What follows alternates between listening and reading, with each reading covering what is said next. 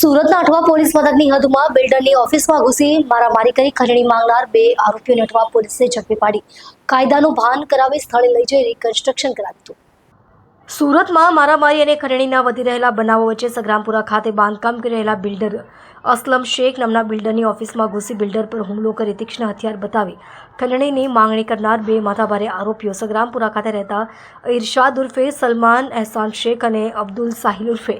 SK Abdul Rauf શેખને Athwa પોલીસે ગણતરીના કલાકોમાં ઝડપી પાડ્યા હતા। આરોપીઓને કોર્ટમાં રજૂ કરી રિમાન્ડ મેળવ્યા બાદ આરોપીઓને ઘટનાસ્થળે લઈ જઈ ઘટનાનું રિકન્સ્ટ્રક્શન કરાયું હતું।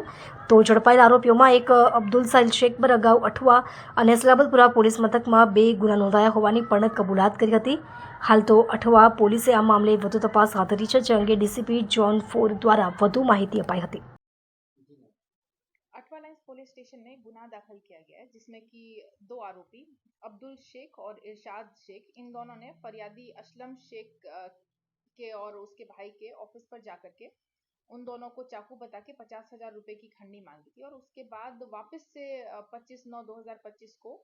वापस से उनके ऑफिस पे जाकर के ज्यादा पैसा मांगते हुए उनके लोहे के एक हथियार से ईजा पहुंचाई थी। इस गुनाह की जान होते ही पुलिस स्टेशन में फरियाद दाखिल किया गया और सर्विलेंस स्टाफ ने लग करके इन आरोपियों को अटक करके इनकी 2 दिन की रिमांड ली है और आज इनका रिकंस्ट्रक्शन पंचनामा किया है। और खंडनी का कारण प्राइमा फेसी ऐसा लग रहा है कि ये बिल्डर तरीके फरियादी काम करते थे और इनसे पैसे उघरानी करने के लिए इन्होंने खंडनी मांगी। और